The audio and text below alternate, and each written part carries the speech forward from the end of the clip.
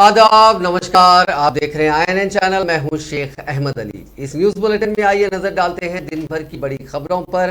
वजीर सेहत टी हरीश राव ने आज गांधी हॉस्पिटल में इंतहाई असरी कंप्यूटराइज्ड टोमोग्राफी यानी CT स्कैन मशीन का इफ्तिताह अंजाम दिया, जिसे 2 करोड़ रुपए से खरीदा गया। रियासती हुकूमत ने दूसरे सरकारी दवाखानों के साथ गांधी हॉस्पिटल में भी असरी सहूलतों में इजाफा करने के इकदाम शुरू कर दिए हैं। वजीर सेहत ने इस मौके पर बताया कि आने वाले 2 माह के दौरान इस हॉस्पिटल में मजीद 19 करोड़ रुपए के असरी तिब्बी आलात भी फराहम किए जाएंगे। वजीर सेहत ने बताया कि गांधी हॉस्पिटल से रुजू होने वाले मरीजों को कोई फीस दिए बगैर ही इन तिब्बी आलात से इस्तेफादे की सहूलत रहेगी, जहां 12.5 करोड़ रुपए के खर्च से MRI मशीन और मजीद 6.5 करोड़ के मसारिफ के साथ लैब की सहूलत फराहम की जा रही है। उन्होंने बताया कि गांधी हॉस्पिटल के कैंपस में जच्चा और बच्चे के लिए भी खुसूसी सेंटर कायम किया जाएगा, जिसमें 200 बिस्तरों की सहूलत फराहम रहेगी। रियासती हुकूमत इस सिमत भी आजिलाना इक़दाम कर रही है। उन्होंने बताया कि गांधी हॉस्पिटल के कैंपस में जच्चा और बच्चे के सेंटर में 200 बिस्तरों की सहूलत के साथ इस हॉस्पिटल में खवातीन और नौमौलूद बच्चों के लिए बिस्तरों की जुमला तादाद 500 हो जाएगी। उन्होंने इस यकीन का इजहार किया कि आने वाले 6 माह के दौरान ये सहूलत दस्तियाब रहेगी। हरीश राव ने बताया कि गांधी हॉस्पिटल में हिफाज़ान सेहत की बहैसियत मजमूई तरक्की के लिए ये इकदाम किए जा रहे हैं, जहां गरीबों को इलाज की मुफ्त सहूलतें फराहम रहेंगी। हिफाज़ान सेहत के वर्कर्स बशमूल डॉक्टर्स, नर्सेज, नीम तिब्बी अमला वगैरह के साथ तबादला ख्याल करते हुए हरीश राव ने कोविड वबा की 2 लहरों के दौरान उनकी खिदमत की सताइश की। उन्होंने कहा कि गांधी हॉस्पिटल के हिफाज़ान सेहत के वर्कर्स ने तेलंगाना में कोविड के 84,217 मरीजों की जिंदगियां बचाई। रियासत में कोई भी दूसरे खानगी हॉस्पिटल में कोविड वबा के दौरान इस किस्म की खिदमत फराहम नहीं की गई। उन्होंने मजीद बताया कि chief minister Chandrashekhar Rao Gandhi hospital में मरीजों को इलाज की मजीद सहूलतें फराहम करने में इंतहाई संजीदा है। गांधी ఆసుపత్రిలో CT స్కాన్ మిషన్ ప్రారంభించడం జరిగింది। చాలా రోజుల నుంచి కూడా CT స్కాన్ తొందరగా ఇక్కడ ఏర్పాటు కావాలనే డిమాండ్ ఉండేది। అత్యవసర పరిస్థితుల్లో యాక్సిడెంట్ కేసెస్లో ముఖ్యంగా CT స్కాన్ యొక్క అవసరం చాలా ఎక్కువగా ఉంది। ఇవాళ ఒక గాంధీ ఆసుపత్రిలోనే కాదు, గౌరవ ముఖ్యమంత్రి గారు రాష్ట్రంలో అన్ని ప్రధాన ఆసుపత్రుల్లో CT స్కాన్లు ఉండాలని 21 CT స్కాన్లు తెలంగాణ రాష్ట్రంలో మంజూరు చేయడం జరిగింది। అందులో మొదటిది ఈరోజు గాంధీ ఆసుపత్రిలో ప్రారంభించాం। మరి గాంధీలో మరికొంత ఎక్విప్మెంట్ కూడా రావాల్సిన అవసరం ఉంది। మా గౌరవనీయులు శ్రీనివాస్ యాదవ్ గారు కూడా నా దృష్టికి తీసుకొచ్చారు। ముఖ్యంగా గుండె జబ్బుకు సంబంధించిన క్యాథలాబ్ అత్యవసరంగా అవసరం ఉంది। మరి పాతది దెబ్బతిన్నది కనుక అది మొన్ననే రివ్యూ మీటింగ్ కూడా పెట్టి అత్యవసరంగా దాన్ని కొత్త క్యాథలాబ్ను గాంధీలో ఏర్పాటు చేయాల్సిందిగా ఆదేశించాం। మరి గాంధీలో ఒక 6 గాంధీ హాస్పిటల్కు విజిట్కు వచ్చినటువంటి హరీష్ అన్నకు స్వాగతం। గౌరవ హోంమంత్రి గారు, మేయర్ గారు, కలెక్టర్ గారికి, DMI గారు, అదేవిధంగా ప్రతాప్ రెడ్డి గారు, పాత్రికేయ మిత్రులకు అందరికీ నమస్కారం। మరి ఈరోజు CT స్కాన్ ఇనాగ్రేషన్ కార్యక్రమానికి వెంచేసినటువంటి హరీష్ అన్న, ఈరోజు హరీష్ అన్నకు ఇది ఒక నా నియోజకవర్గం, ఇది సనత్ నగర్ నియోజకవర్గం అన్న। ఈరోజు ఒక ప్రెస్టీజియస్ హాస్పిటల్, మరి ఎంతో కష్టపడి ఈ హాస్పిటల్ ఇక్కడికి రావడం జరిగింది। ఈరోజు దేశంలోనే ల్యాండ్ మార్క్గా ఉన్నటువంటి హాస్పిటల్। మరి తెలంగాణ రాష్ట్ర ప్రభుత్వం ఏర్పాటైన తర్వాత ఈరోజు గౌరవ ముఖ్యమంత్రి గారి ఆధ్వర్యంలో మరి ఒక హాస్పిటల్ ప్రత్యేకతను దృష్టిలో ఉంచుకొని కరోనా వైరస్లో ఈరోజు ప్రైవేట్ హాస్పిటల్స్ కూడా కరోనా పేషెంట్స్ని తీసుకున్న సందర్భంలో కూడా మరి గాంధీ హాస్పిటల్ చేసినటువంటి సేవలు, మరి విశేషమైనటువంటి సేవలు అందించడం జరిగింది। కాబట్టి ఈరోజు वजीर बरकी जगदीश रेड्डी ने हैदराबाद के निकलेस रोड पर तेलंगाना रेडको की जानिब से एहतमाम करदा इलेक्ट्रिक गाड़ियों की नुमाइश का इफ्तिताह किया। इस मौके पर मुनक्किदा तकरीब से खिताब करते हुए वजीर बरकी ने कहा कि मुस्तकबिल में इलेक्ट्रिक गाड़ियों का इस्तेमाल लाजमी हो जाएगा। उन्होंने अवाम से अपील की कि वो इलेक्ट्रिक गाड़ियों के इस्तेमाल के सिलसिले में पाए जाने वाले शुकूक खत्म करें। उन्होंने कहा कि इलेक्ट्रिक गाड़ियों के इस्तेमाल से न सिर्फ माहौलियात का तहफ़्फ़ुज़ किया जा सकता है बल्कि सारिफीन के माली बोझ में कमी हो सकती है। वज़ीर बरकी ने कहा कि माहौलियात से आज दुनिया भर के ममालिक परेशान है और माहौलियात का तहफ़्फ़ुज़ हर एक के लिए चैलेंज बन गया है। ऐसे में इलेक्ट्रिक के गाड़ियों को मुतारिफ करना काबिल सताइश है। उन्होंने कहा कि इंसानों की जानिब से पैदा किए जाने वाले मसाइल से ही माहौलियात को खतरा लाहक हो गया है। आलूदा माहौलियात से बाहर निकलने के लिए पेट्रोलियम अशिया के इस्तेमाल में कमी लाने की ज़रूरत है, इसलिए हर मुल्क इलेक्ट्रिक गाड़ियों के इस्तेमाल पर तवज्जो दे रहा है। वज़ीर बरकी ने कहा कि रियासत में आलूदगी को कम करने और माहौलियात को शफाफ बनाने के लिए KCR हुकूमत ने बड़े पैमाने पर शजरकारी का प्रोग्राम शुरू किया। हरिता हरम के नाम से करोड़ों पौधे लगाए जा रहे हैं। अवाम की शराकत दारी के जरिए तेलंगाना में हरिता हरम प्रोग्राम एक तहरीक के तौर पर चलाई जा रही है। उन्होंने कहा कि रियासत में इलेक्ट्रिक की गाड़ियों के इस्तेमाल के सिलसिले में हुकूमत की जानिब से शऊर बेदारी मुहिम चलाई जा रही है। इसी शऊर बेदारी मुहिम के तहत तेलंगाना रेडको की जानिब से आज इलेक्ट्रिक गाड़ियों की नुमाइश का एहतमाम किया गया। TRS रुकन असेंबली बालका सुमन ने मरकजी हुकूमत से मुतालबा किया कि वो कोयले के ब्लॉक्स को हराज करने के फैसले से दस्तबरदार हो जाएं। मीडिया से बात करते हुए बालका सुमन ने कहा कि मरकजी हुकूमत मुख्तलिफ अवामी शोबों की कंपनियों और इदारों को खानगी अफराद के हवाले करने के बाद अब मुल्क की सबसे बड़ी सिंगरेनी कॉलरीज को भी प्राइवेटाइज करने की कोशिश कर रही है। इसलिए मरकजी हुकूमत ने सिंगरेनी कॉलरीज के कई खानों को हराज करने का फैसला किया, जिसके खिलाफ सिंगरेनी कॉलरीज के लाखों वर्कर्स गुज़िश्ता 3 दिनों से हड़ताल कर रहे हैं। उन्होंने कहा कि वर्कर्स की हड़ताल के बाद भी मरकजी हुकूमत के रवैये में कोई तब्दीली नहीं आई है। దెబ్బతీయాలని చెప్పి కుట్ర చేస్తున్నారు।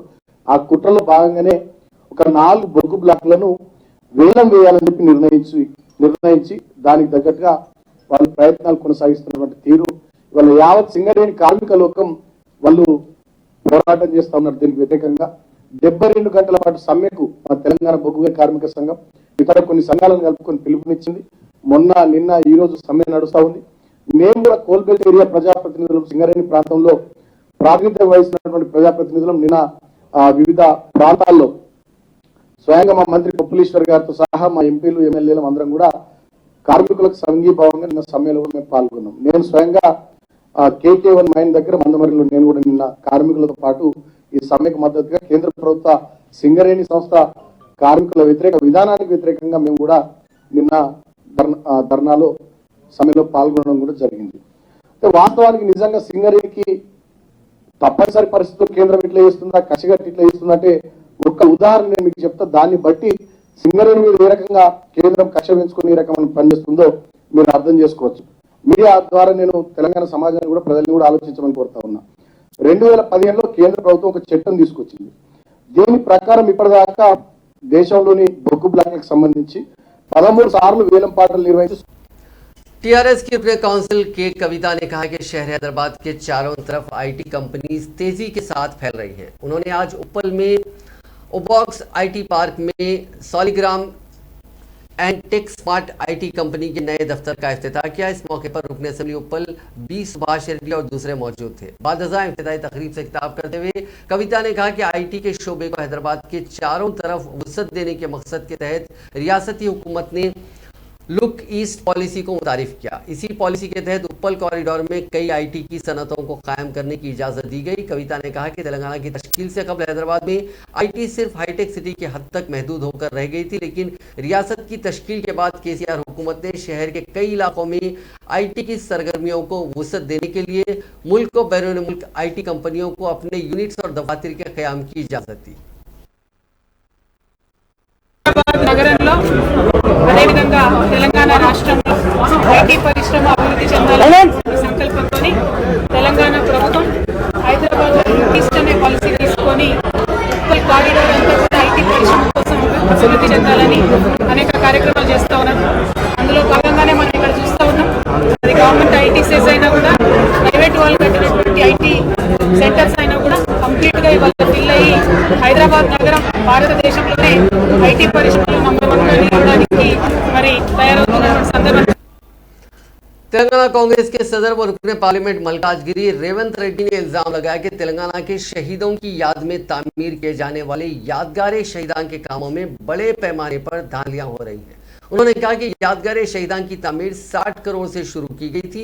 ये रकम अब बढ़कर 180 करोड़ तक पहुंच गई। इब्तिदा में हुकूमत ने यादगार शहीदान की तामीर का टेंडर 60 करोड़ में एक आंध्राई कॉन्ट्रैक्टर के हवाले किया था, लेकिन टेंडर की रकम में मजीद इजाफा किया गया, उसे दुगना कर दिया गया। उन्होंने इल्जाम लगाया कि यादगार शहीदान की तामीर में बड़े पैमाने पर धांधलियां हो रही हैं, इसकी जामे तहकीकात करवाई जाएं। रेवंत रेड्डी ने कहा कि गुज़िश्ता 4 साल से तामीरी काम मुकम्मिल नहीं हुए। जारिया साल दिसंबर में ये तामीर होना था, लेकिन अभी तक ये मुकम्मिल नहीं हो पाया।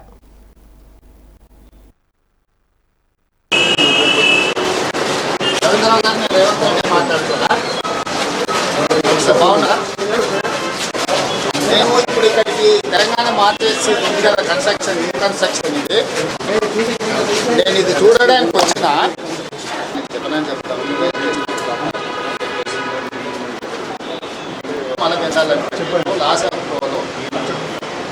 తెలంగాణ రాష్ట్ర ఏర్పాటు పోరాటంలో అమరులైనరు ఆత్మ బలిదాన అని చెప్పి రాష్ట్ర ముఖ్యమంత్రి గొప్పగా చెప్పారు. 2014 జూను మొదలు పెడితే 2021 జూన్ వరకు 7 సంవత్సరాలు పూర్తి అయిపోయింది. 8వ సంవత్సరం కూడా ఇంకా కొద్ది నెలలు అయితే 8వ సంవత్సరం కూడా పూర్తి చేసుకునే పరిస్థితులు ఉన్నాయి.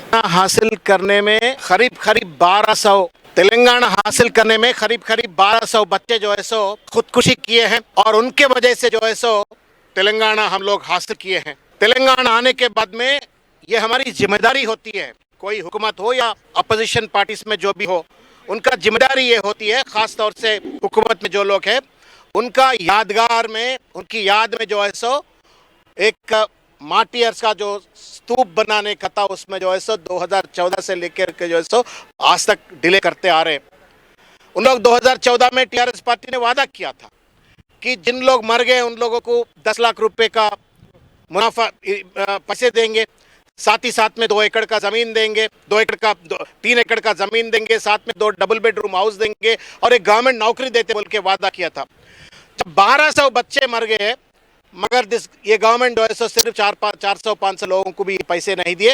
नौकरी की बात तो दूर है, डबल बेडरूम घर की बात दूर है और 3 एकड़ का ज़मीन बात दूर है.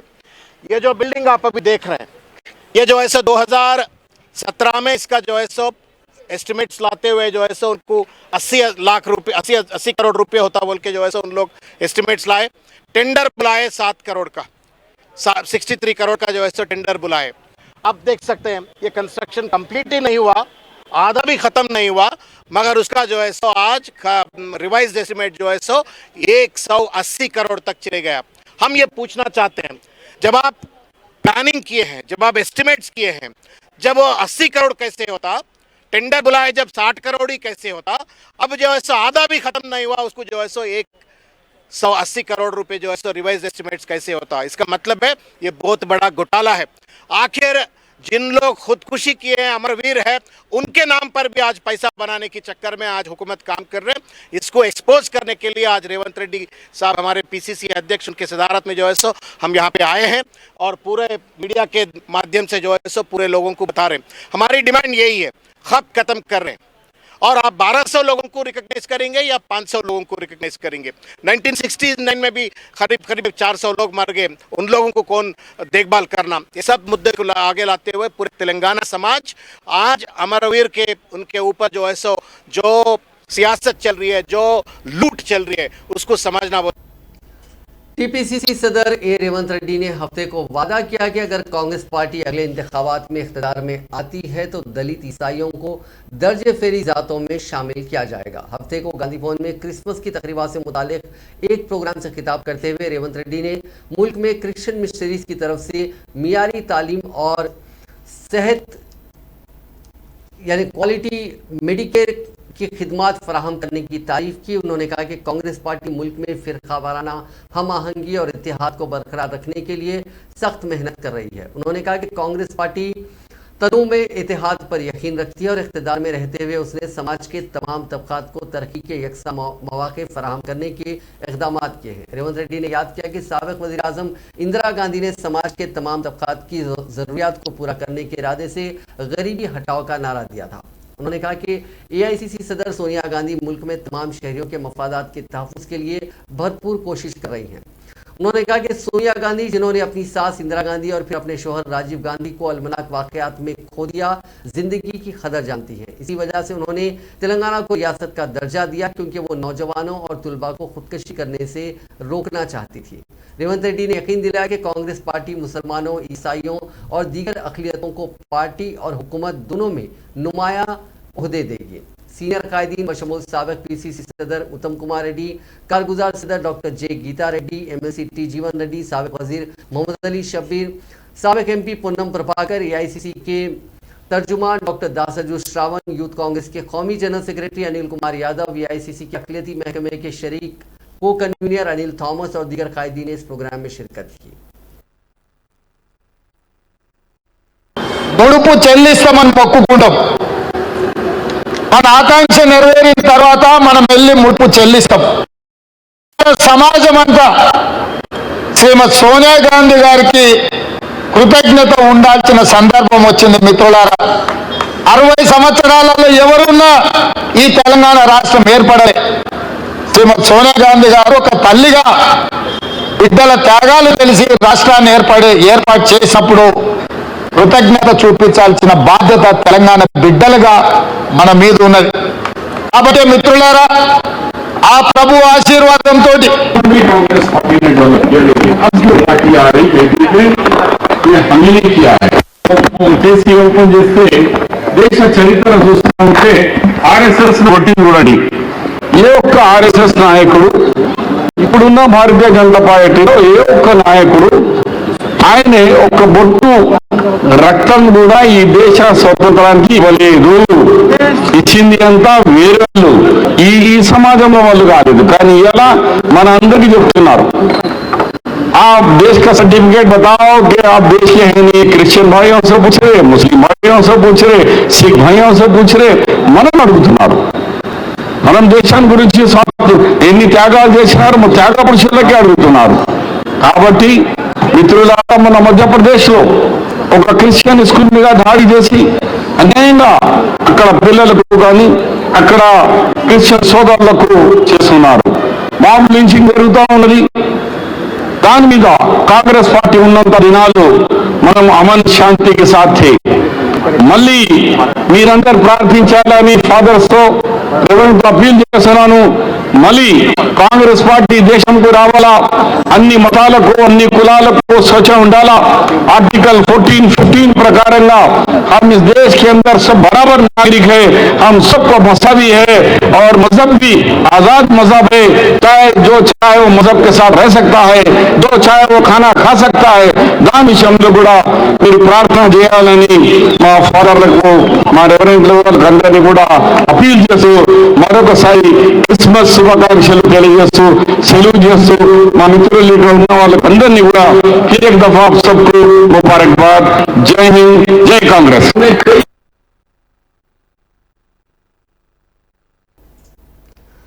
बीजेपी के रियासती सदर बंडी संजय ने कहा है कि आइंदा इंतखाबात में टीआरएस और कांग्रेस मिलकर इंतखाबात में मुकाबला करने के इम्कान है. इस सिलसिले में दोनों जमातों के दरमियान एक माहिदा तय पाने की भी उन्हें इत्तला है.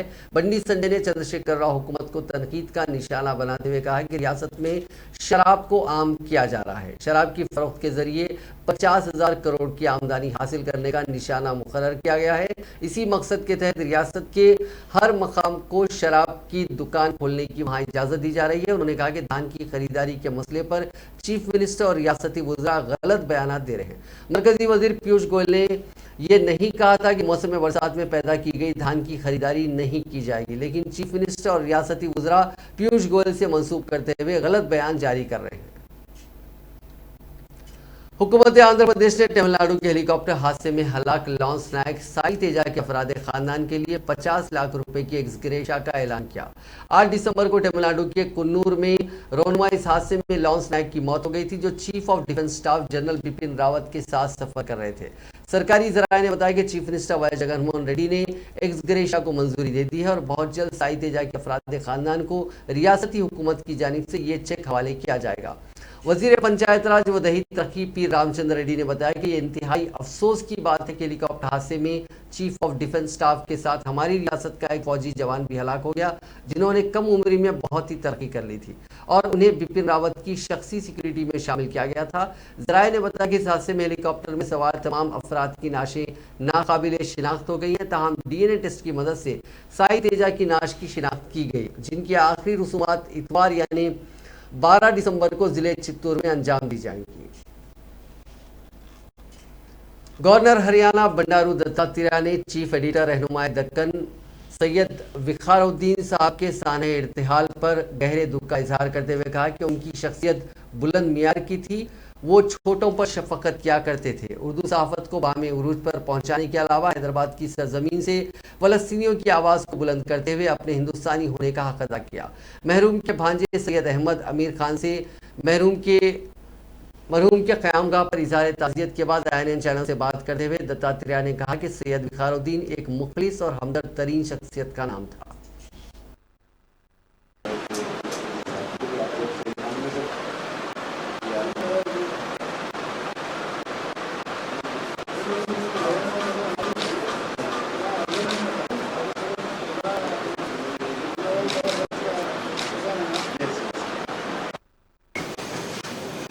हमारे रहनुमा दक्कन पेपर के एडिटर और बहुत प्रख्यात जर्नलिस्ट और सही बड़ी शख्सियत, वैसे हमारे विखारुद्दीन साहब दुनिया से चले गए।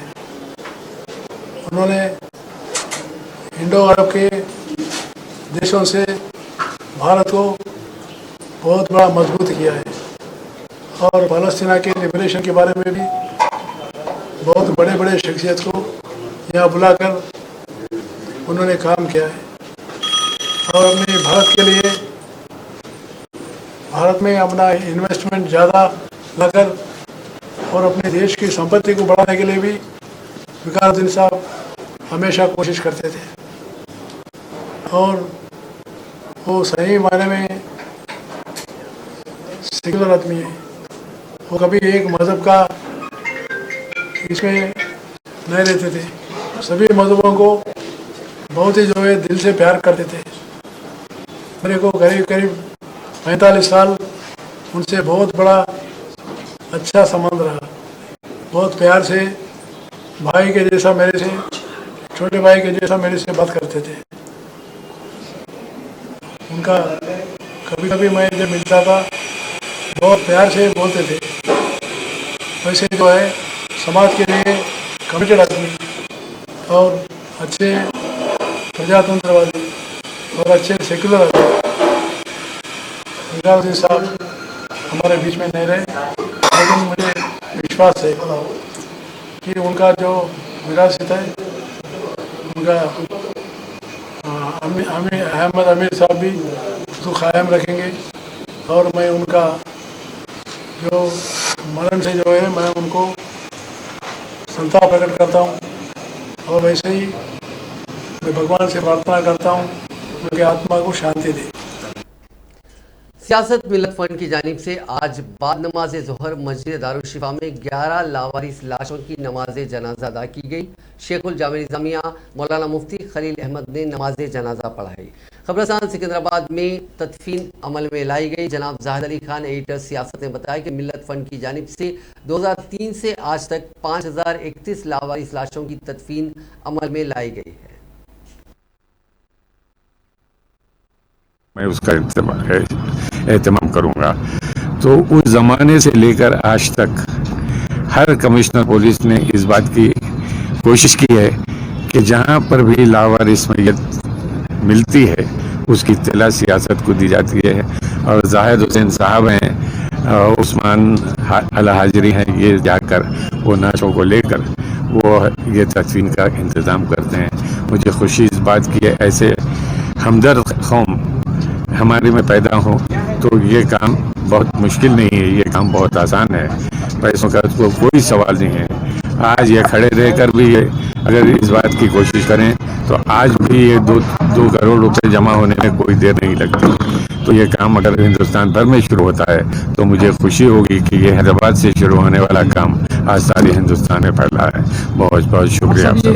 हैदराबाद तक महदूद है या और डिस्ट्रिक्ट से भी? फील्ड वर्क हैदराबाद तक महदूद। हैदराबाद ही में देखो आप 1915 से लेकर है सो आज तक 5031 मैयतों का इंतजाम हुआ है।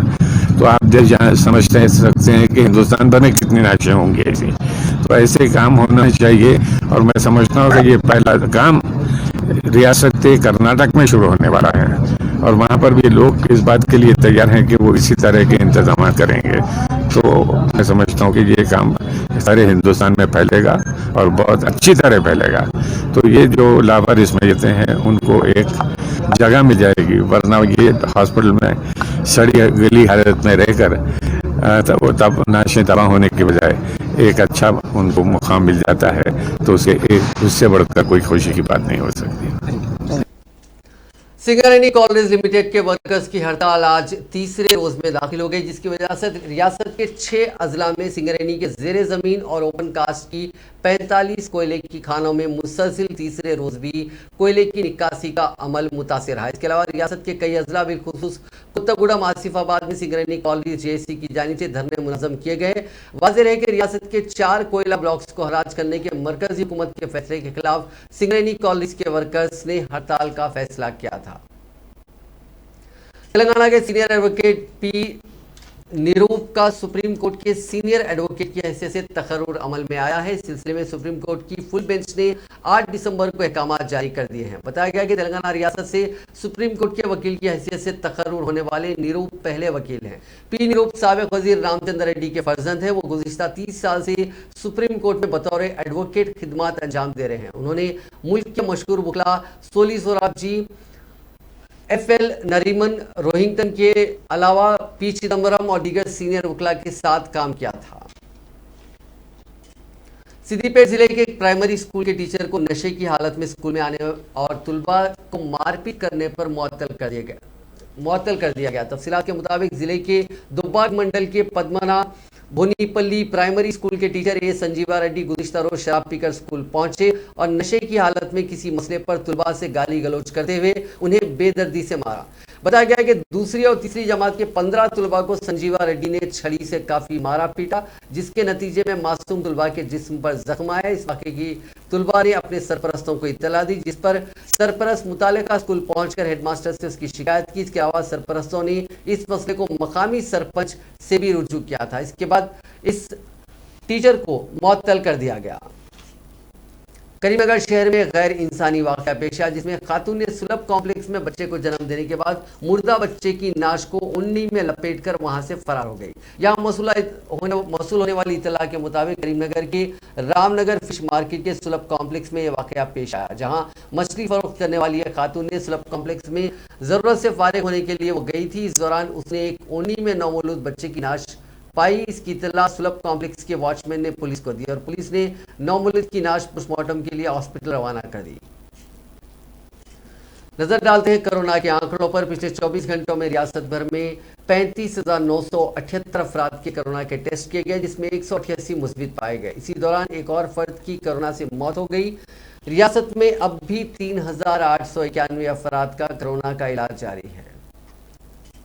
निजामाबाद पुलिस ने गांजा मुंतकिल करने वाले 6 अफराद को गिरफ्तार करते हुए उनके कब्जे से 44 किलो गांजा जब्त कर लिया, जिसकी मालियत 8 लाख रुपए बताई गई है। Additional commissioner police law and order Nizamabad doctor G Vineet ने आज प्रेस कॉन्फ्रेंस को मुखातिब करते हुए बताया कि 10 दिसंबर को नॉर्थ रूरल सर्कल इंस्पेक्टर अपनी टीम के साथ गाड़ियों की तलाशी की मुहिम में मसरूफ थे कि उन्हें 2 ऑटो रिक्शा और एक मोटरसाइकिल मुश्तबा हालत में जाती हुई नजर आई। जब गाड़ियों को रोककर तलाशी ली गई तो उनके पास से गांजा बरामद हुआ। पंजागुट्टा पुलिस ने एक नर्स की मुबैना असमत रेजी के इल्जाम में एक शख्स को गिरफ्तार कर लिया। पुलिस ने बताया कि द्वारकापुरी कॉलोनी में hill my family home care service नामी सेंटर चलाया जाता था, जहां मकानात में जेर इलाज अफराद के लिए नर्सेज की खिदमत फराहम की जाती थी। पुलिस ने बताया कि नर्स उसी सेंटर से वाबस्ता है जो तलाकशुदा बताई गई और उसे एक 6 साल का बेटा भी है। पुलिस के मुताबिक कंपनी के मैनेजर ने मुबैना तौर पर इस नर्स का रेप किया और शिकायत मिलने पर पुलिस ने एक मामला दर्ज करते हुए उसे गिरफ्तार कर लिया। नाजरीन, इस न्यूज़ बुलेटिन में बस इतना ही। देखते रहिए INN चैनल।